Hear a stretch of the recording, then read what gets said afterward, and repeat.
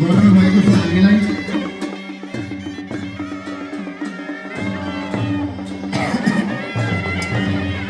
र भारत से पदार्पण हुए आदरणीय सम्मानित पूज्यपाद महाराज जी के श्री चरणों में शासन दंडवत कोटि प्रणाम नमन करते हुए आप गर्नुपर्छ। सबै सम्मान गरौँ, स्वागत गरौँ, एकछिन गरौँ।